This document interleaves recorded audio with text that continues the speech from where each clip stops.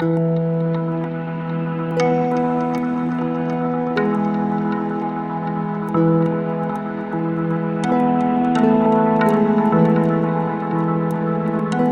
guys, this is Mike, and you're listening to Feeling Twisty. I'm really glad you're here. I want to start with a quote from Neville Goddard's lecture, Catch the Mood.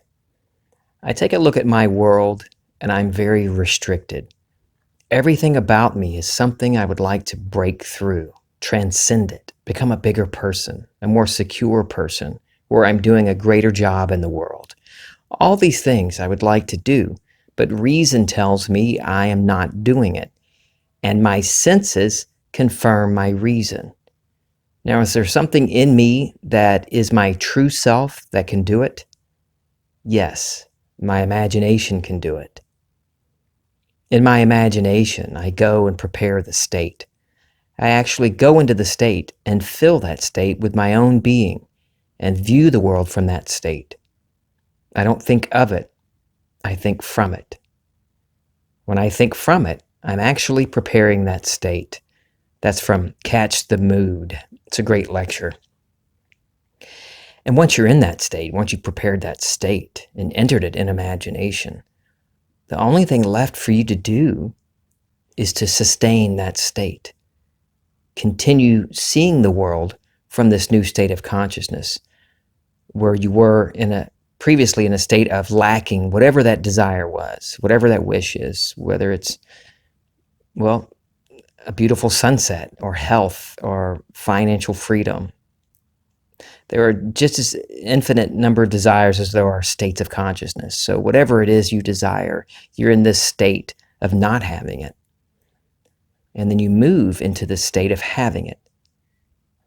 The simplest way for me to do that is to reply to myself, how would I feel if I had that already, if I were that already? And that feeling that comes up in response, that reply within myself, is me moving into that new state, accepting it, taking that feeling on, making it a part of me. That is me moving into this new state of consciousness, from lacking whatever that was that I wanted into having it in imagination. In Neville's book, Prayer, the Art of Believing, he explains it so clearly, how by capturing the feeling and sustaining it, we bring about the state. I'll quote from the book so I get this right. The feeling of the wish fulfilled, if assumed and sustained, must objectify the state that would have created it. So we always we're raised to think there are causes outside of us that cause us to feel certain things. My family never had money, so I feel a certain way about money and the absence of it. People can be mean out there and awful, and so I feel a certain way because of other people. I feel a certain way because of what the doctors are saying, or what the news broadcasts are saying. Always perpetually putting our feelings as the effect of outside causes. But that's not the way it truly is. We have it reversed. The cause always comes from within us, because consciousness, like Neville says, and others, and I agree, consciousness is the only reality. So I can bring about that state that would have brought about the feelings of success, of healthiness or wealth. I can bring up those feelings and sustain those feelings, sustain that state. And that state that would have caused those feelings must be objectified, because nothing can exist outside of our consciousness. If we're conscious of being it, it must be objectified. Consciousness, this one being, we can call it God. I use God most often because that's what I grew up with as being the supreme ultimate. You can call it whatever you want. Big Daddy, the infinite Oreo, whatever. It doesn't matter what you call it, as long as you understand that you are not separate from it. There is no separation. And your body is a manifestation of that same consciousness. This is a state of being, each one of us, individualized, seemingly separate, but absolutely not separate. All of us one. God in all and through all, above all. Nothing made that was not made by God, or nothing exists without consciousness. So you can, and if you know this and you believe it, you really know that your consciousness, that consciousness is the only reality, and that what you imagine and sustain and really believe to be true about yourself and your world, then you can make shifts throughout the day, changing your experience. You feeling restricted right now? That first line from that quote from Catch the Mood is what caught my attention today. Take a look at my world, and I am very restricted. Are you feeling hemmed in, restricted by this whole lockdown thing, this quarantine, or maybe quarantine's not the right answer. Self-isolation, social distancing.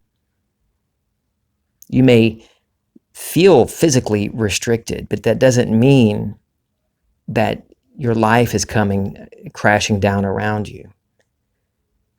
It doesn't mean that you're going to die. It doesn't mean your loved ones are going to suffer. It doesn't mean you're going to lack money or lack food unless you believe it to be. You could be looking at this whole experience right now, waking up in misery, waking up and thinking, oh gosh, another day stuck at home with my family, worrying about money and food and health. And everywhere you look, coming from that state of consciousness, you're going to have more experiences to reinforce that state, more things to be fearful of. The lack of money may even become more intense. Whatever you're conscious of being is what you're going to experience. So you're not going to experience health and financial freedom, and right now, freedom of any sort, if you're dwelling in the state where these things are lacking. So I know people that are experiencing what I'm talking about right now, and they wake up and all they see is more things to be afraid of, and they're just consuming, devouring every bit of information that's coming in, all of this data that's coming in about the economy and about the virus, the pandemic. And they're just getting sicker and sicker in the mind, getting very depressed and worried and so fearful. And then I have other friends and family and myself that are dwelling in a completely different state. We don't see we're not buying into the fear and the misery. We see love and beauty all around us. And you can shift from one of the state of fear and doubt and worry. Shift instantly into a state of beauty and love and compassion. It's obvious if you think about someone you know, or maybe it's you, that's dwelling in this state of fear or worry, and you're deeply depressed. You could see a beautiful sunset and it not mean a damn thing to you. But somebody that's dwelling in a state of beauty, the state of love and compassion, and knowing that they're thriving because of their own state of consciousness, and they see the same sunset and they're just in awe of the beauty, the majesty of it all. It's the same sun, but it looks completely different or means something completely different depending on the state of consciousness. You could be in a very depressed state, just miserable, self-loathing, and you see the sunset and you think, great, Now I have to go to sleep with my thoughts. Someone else could see that beautiful sunset and take in the beauty of it and relish the idea of going to sleep and wondering about the adventure they're going to have while they're sleeping, knowing that their consciousness, what they are imagining, is what they're going to experience. If you create that feeling of peace and calmness, or whatever it is you're lacking, whatever it is you want, maybe at the moment you're thinking, maybe you're not working and you're home and you've got this thought running like a subroutine on a computer, running in your mind constantly in the background, thinking about where's the money going to come from? I'm not getting paid now. Yeah, I know we have to stay home, but dang it, I've got to get money. I've got to eat.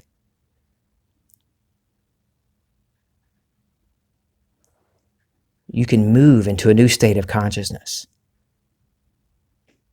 I know you might be thinking, but Mike, it's so hard right now because this is real. This thing where everything's shut down. But you're still looking at that thing. You're still looking at the job you had up until last week, maybe, as your source.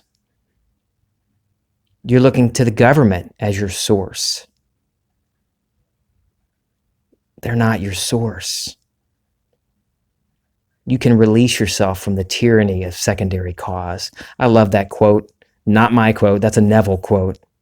But you can release yourself from it. You can actually have freedom when you drop this belief in secondary cause. It doesn't matter that you're not working right at this moment because of this whole pandemic thing or whatever. That is not your source. Imagination is your source. God is your source, or if you prefer, consciousness. The big infinite Oreo is your source. Nothing outside of you has any power over you. So you could look at it, this opportunity. You've been wanting to get better at this. Maybe you've been studying Neville for a while, maybe a couple of years, and you've been over and over thinking, wow, I just want to get better at this. I want to truly live knowing that everything is coming from me. And you're not talking to some outside God or being, trying to convince them to teach you this. But you've had this going on in your mind.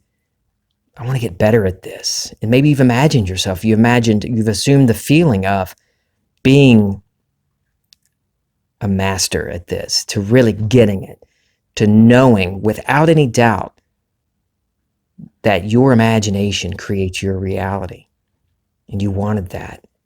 And it's burning inside you, this desire to be this type of person, to where nothing bothers you. Nothing on the outside bothers you because you know the truth of yourself. You know your true self. So let's say you've been imagining that. You've assumed that months ago. What would it be like to be a master at this, to really get it and to not be bothered by anything on the outside? Wouldn't that be cool to live completely knowingly every moment of my day, live from my imagination, knowing that it's all coming from me? Well, congratulations. This is it. This is your chance. This is the opportunity.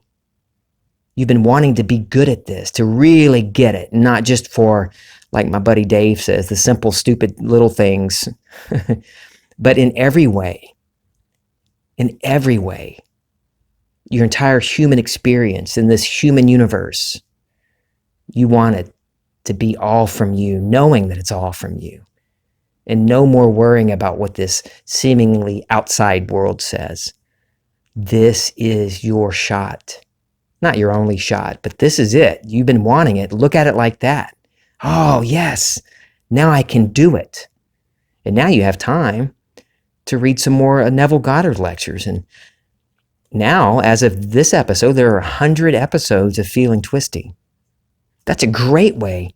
Spend 20 minutes, depending on, some, the earlier ones are only 10 minutes long. Some are 45 minutes long. Most are right around the 30-minute range. Carve out, half an hour in your day. Listen to Feeling Twisty. Read a Neville Goddard lecture. Commune with yourself. Spend some time in the silence, in the stillness. You've got plenty of time now, right? This is your moment. The things you've been wanting, more time to study and to really dive into what that means when Neville says imagining creates reality. What does it mean when Mike says to live in an absurdly irrational life? I love the absurdly irrational. And what I've discovered, when I start with something I want, and my reasoning at first, based on the state I'm in at the moment, the state where I don't have this thing I want, to me in that state, the facts say, well, that's absurdly irrational. That's impossible. And I do a little mental high five with myself, like Barney Stinson on the series How I Met Your Mother. I've talked about that before. I do a little mental high five with myself and say what Barney would always say when somebody would tell him it's impossible. Challenge accepted. And then when I do move in imagination into that state of having whatever that was that my prior state said was irrational, absurdly irrational and impossible, once I'm dwelling in this new state of consciousness, it doesn't seem irrational anymore. It doesn't seem over the top. No, because I'm dwelling in this new state of consciousness. So of course that's normal and natural to me. So what in one state seems like a miracle, coming from this other state of having and being that already, it's not a miracle. There are no thunderbolts and lightning. That's not Moses with the glowing hair coming down off the mountain or the burning bush. No, because from this new state of consciousness, this new state of being, this thing I wanted to experience is normal. It's natural because I'm dwelling in that state of having it already. Do you see the difference? So anytime I start with something that's absurdly irrational, it's only irrational when I'm dwelling in that state of not having it. But I know because I am not even the facts, or I'm not this state of consciousness. I am the one observing all of this. I'm observing my thoughts. I'm observing my states. So I know even when I think of something I want and I say to myself, well, that's absurdly irrational, I already know that I'm not buying into it, but I enjoy the game. I enjoy thinking of things that seem immediately as absurdly irrational, knowing full well that they're not. But I like it. I like thinking, well, that's absurd. That's irrational. Challenge accepted. And then I move into this new state of consciousness, of having that or being that. Nothing is impossible.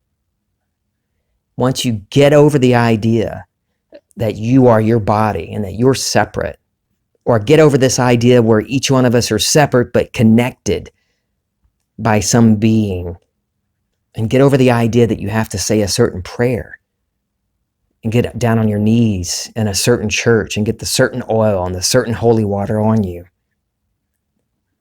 and ask this spirit in the sky to enter you. Get over all of that. The Bible says over and over that God's name is I am. To exist, I exist. This existence, this consciousness, this awareness is everything. We are all part of it. All of us, and even saying part of it, to me, indicates there's still some fragments. This whole fragmented world where we seem separate is just imagined. There is no separation. There's no separation between you and the rest of the universe. The Bible talks about it. I, the Lord, my I am, is one. And then in the Ephesians, Paul says that there's one Father above all, in all, through all, and we're all going on the same path. He didn't say people that knelt down and asked Jesus into their hearts. It didn't say that people that only ate vegetables or didn't eat meat on Fridays. No, we all are the same. This one being, this awareness, God, is all of us.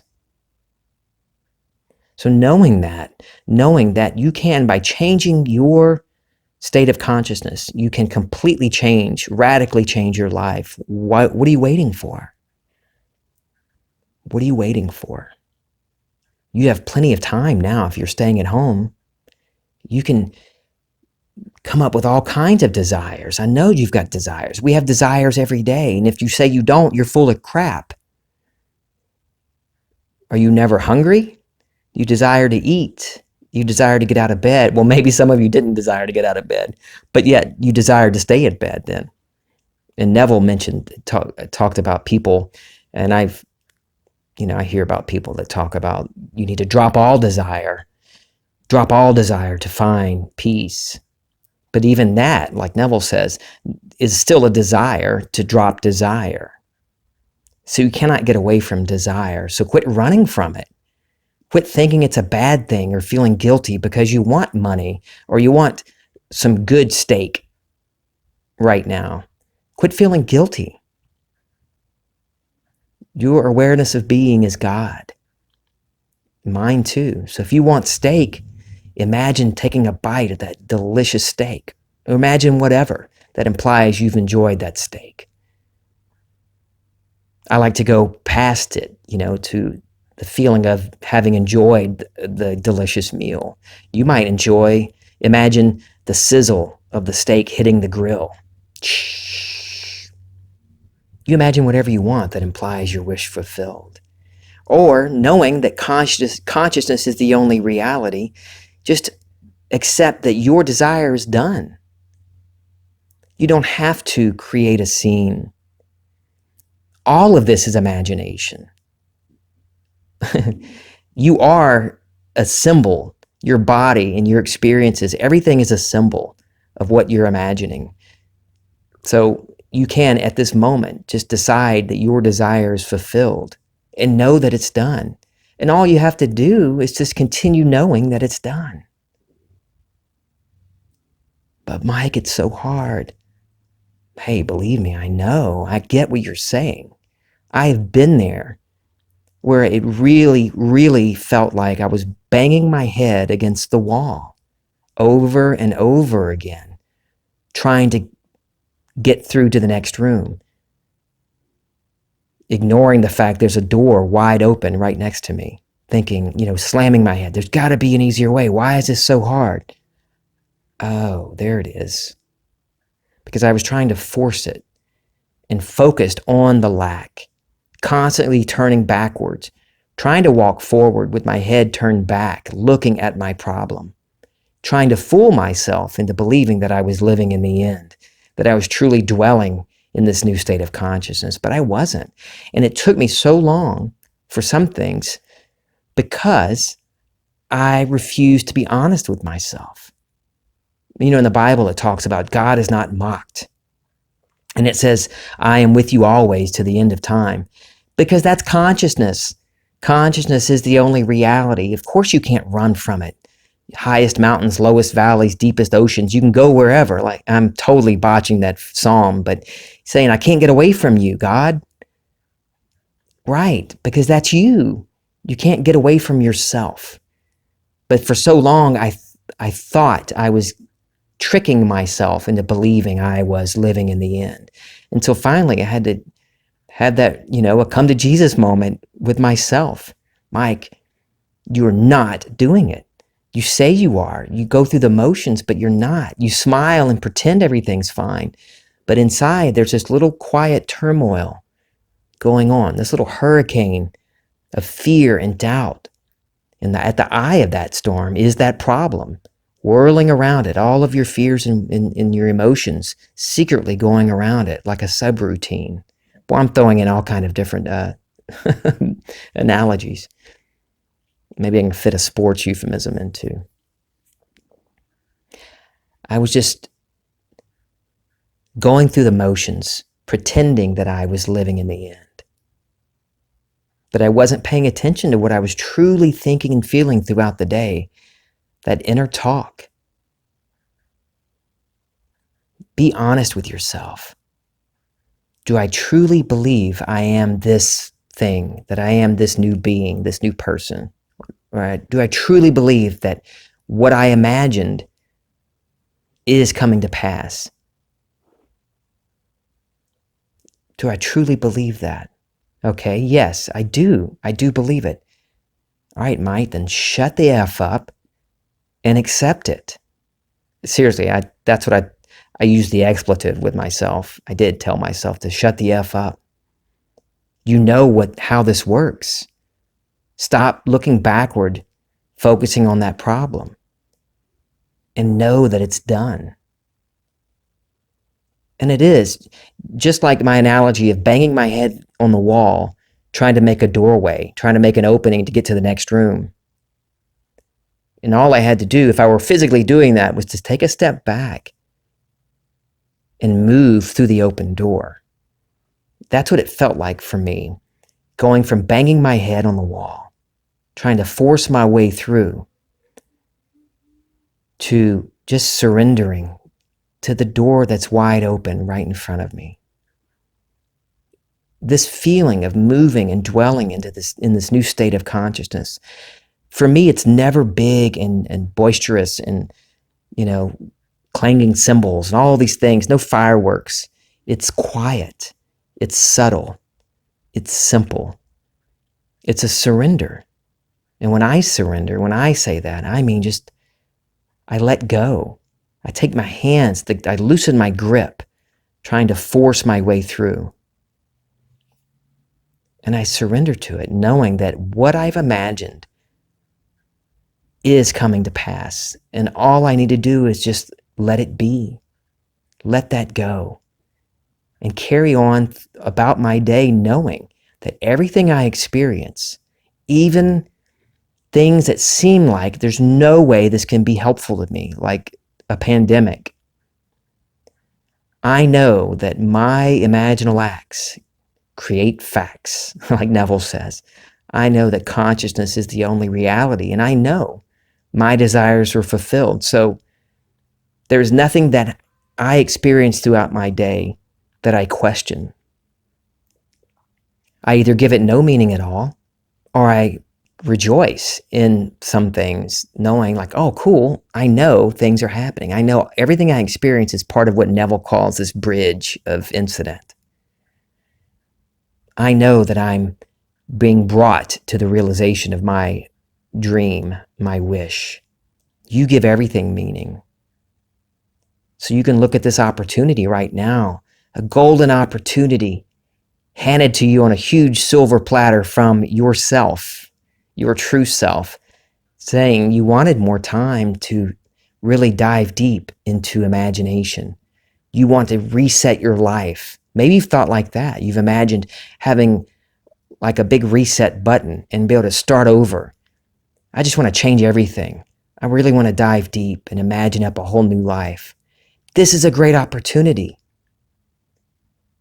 So don't get down and think things are bad and things are going to get worse. You get to decide. You give meaning to everything.